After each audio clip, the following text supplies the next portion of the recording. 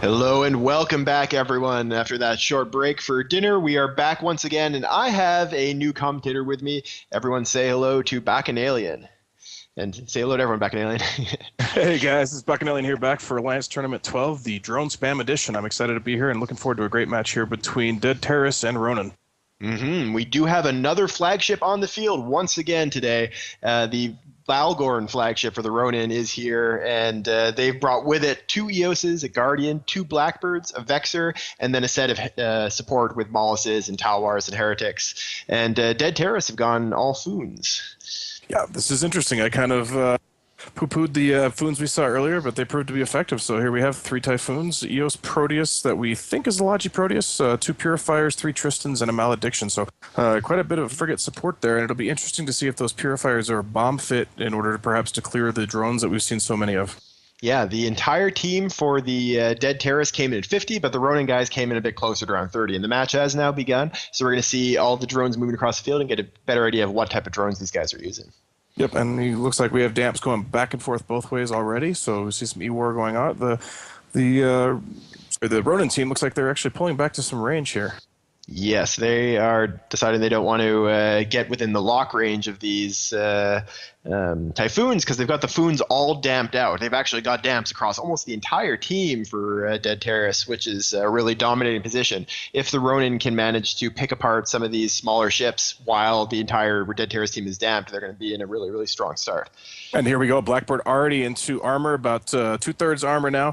A bit of shield damage on a Tristan the Proteus on the other side there, but really not a whole lot of significant damage. While that Blackbird is getting reps, it's losing armor with every rep cycle. Yeah, now the Balgorn for the Ronin is charging into the field. He's gotten in quite close and is close enough now to be nuding out his targets and shooting with lasers. So we're going to see whether that starts to have a really big effect. It looks like he's got his newts on the Proteus. And again, that Proteus being the Logi, then they can start powering through some of the support. Looks like they are trying to get through that Tristan, but he is still pulling armor back, so they haven't completely drained the Proteus, or he's managing to effectively cat boost. That Blackbird, meanwhile, has rep back up to full, so again, we're back at a stalemate here. Yeah, the Balgorn is actually using the new bonus that since the last tournaments we've given to the Blood Raider ships. It is using NOS rather than newts, which means that it's draining a lot of cap, but also it's gaining cap from it, not using cap. So it's going to be able to do this indefinitely. It's definitely not going to run out of cap anytime soon. And it looks like Ram's Vexor there on the Ronin team is now struggling. They're trying the same thing, switch targets from the Blackbird, see if the Vexor's tanked a little less and perhaps break through that. Meanwhile, we lost a Purifier already on the Dead Terrace side, so quickly got through him and just kind of alphaed him off the field, looked like. With a Tinker team like this Dead Terrace team, losing one ship is often a pretty big loss. It means that the limited amount of DPS you have, especially DPS that can project across long distances like the Stealth Bomber can, is decreased even further. And we're also seeing damage coming in at the rep drones. It looks like the Ronin guys are shooting off the heavy rep drones that are helping to keep the Proteus alive. And there goes another Tristan. Meanwhile, that Vexor's still not breaking on the Ronin side, so Ronin are holding on pretty tight here and managing to pick apart this Dead Terrace team little by little. Yeah, I mean, this is exactly what you want to do when you're coming up against a Tinker team like this. Having the Balgorn obviously is a huge advantage. Whether they knew that they were going to be coming up against something like this or just brought it as a general strong ship, it combines the long-range webs and long-range nudity and Nossing, both of which we allow people to use faction versions of on the flagships.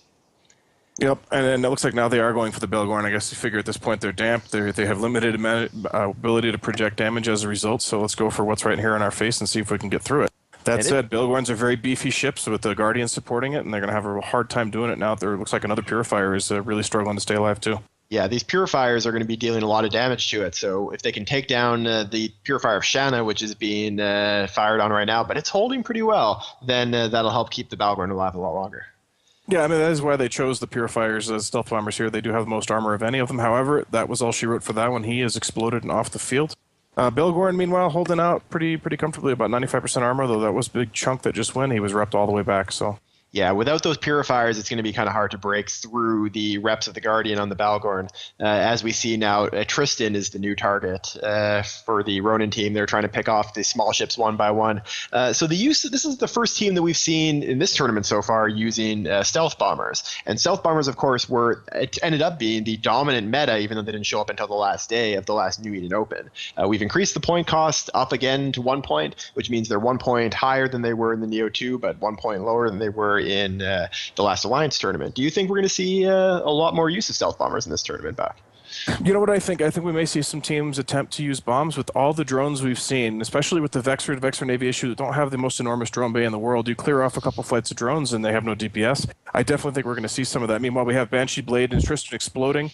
We have another Tristan that has bled some structure, but is back up to full armor. But Ronin here, really, they're holding on pretty steady. They're doing what they're executing perfectly here. Finally, Morgul, their Guardian's taking some damage, but at this point, I feel like they have enough of a lead that it really is not going to make that much of a difference to lose their Logi. I mean, if they lose their Logi, though, they may still be able to win the fight, but keeping that Balgorn alive without the Logi. We still have 3 Foons on the field here and an EOS. That is a lot of damage. If that Logi goes down, then their flagship Balgorn could definitely be vulnerable. That being said, he's holding on pretty well. For Ronin, they have 2 Blackbirds on the field, and they have some damp support. The less ships that dead terrorists have left on the field, the more they can spread that E-War, the more effective it becomes effectively. So every time there is a blue ship exploding, that's just more E-War applied to the DPS ships that are remaining for it. And that really can play havoc as you get later into a match. Yeah, I mean, there you go, another Frick going down. It is one of those things we have seen before in other matches in previous tournaments where you get that snowball effect with an EW-based team, whether it's electronic countermeasures from a Blackbird or damps from a Celestis, is that once the number of opposing ships drops lower, that is concentrated a lot more. And that's another one of those big reasons why you want to bring as many piles as possible to spread out that E-War. And at this point, it is looking like the Ronin are in a pretty strong position, although they have now lost a Heretic. They've only really got, 1 Tristan left, and the Heretics are mostly effective against frigates. I feel like they're the anti-support ships that might be a little too late on, breaking one of those down. And it looks like the Guardian's back comfortably. The Blackbird's still at full health. So really, right now, it looks like Dead Terrorists are beating against a brick wall and not getting very far. Yeah, I mean, the other thing the Heretics will be quite good for in a fight like this when it goes long is shooting at drones. They'll be able to use those missiles to pick off some of the rep drones, to pick off some of the damaged drones that the EOS could use. And we'll potentially see that continuing to be used. We've definitely seen a bit of it. But unless Morgul's Guardian goes down, I don't think there's any way that we're going to see many more ships, like especially the big ships, lost for the Ronin. Yeah, he is back to taking some damage. He's target painted there, it looks like, from 2 different ships, and those missiles are hitting it pretty well.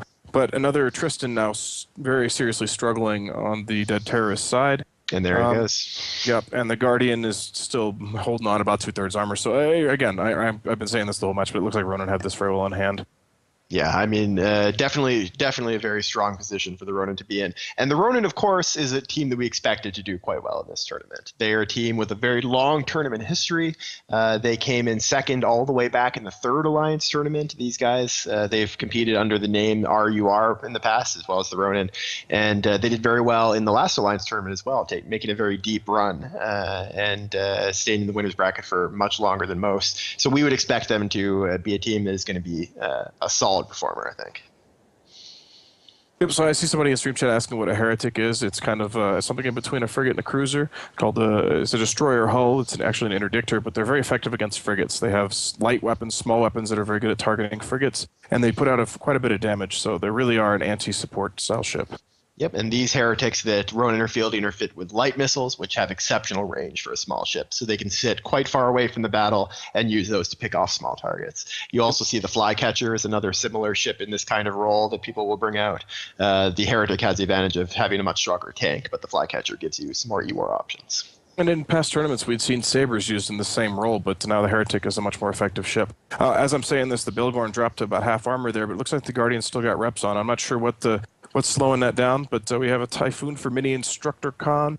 It's starting to take armor damage. The Proteus is keeping up with it, but who knows? At this point, it may just be a stalemate until time. We're not sure. Yeah, we do have about a minute and a half left. Yeah, just about a minute and a half left, and the Balgorn is back up to full armor, so he's in pretty good shape there. It looks like it was probably just a case of the Guardian taking a moment to get his reps onto him, but he's in fine shape. He also has a big swarm of medium and light maintenance bots on him that are going to help keep him alive.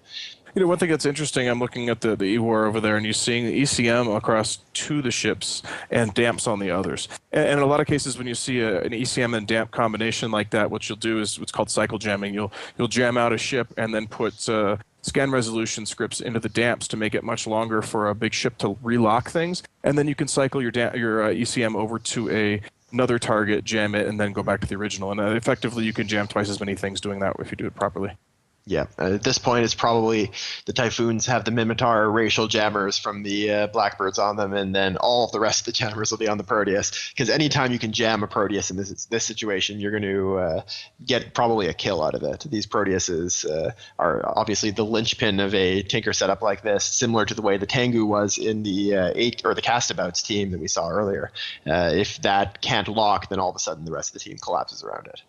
Yeah, problem being it with these Tech 3s and the subsystems you can put on, the ways you can fit them, the way we've seen Tinkers fit in the past, you can make these things almost unjammable. I mean, you can get the sensor strength so high that it's just almost pointless to try. Yeah, I mean, I can definitely see the effects of an ECCM, so it's a module on the ship that protects you from electronic warfare, running on the Proteus, and also there's actually a lot of remote assistance, electronic assistance being passed back and forth among the rest of the dead terrorist team. So those are probably going to be remote sensor boosters mainly, but they could have some remote ECCM in there as well to help give them resistance. And that is the match over. The Ronin takes it on points. Obviously not a ton of explosions in this match, but a very convincing victory for the Ronin. They were able to really come in with a strong plan against the Tinker team and dismantle them bit by bit. And so with that, we're going to send you back to some ads, and we'll be back in just a few minutes for the sexiest match of this entire day with Moist versus Easily Excited. Okay, we'll just chillax for a sec, everybody. And then we'll just let Graphic explode, and it's going to be awesome. It's not going to be worth, 500 bill, but it's going to be okay. Do I have to like do it? I want every dead like... motherfucker out of the alliance. No. Every one. Bro. No, Mad.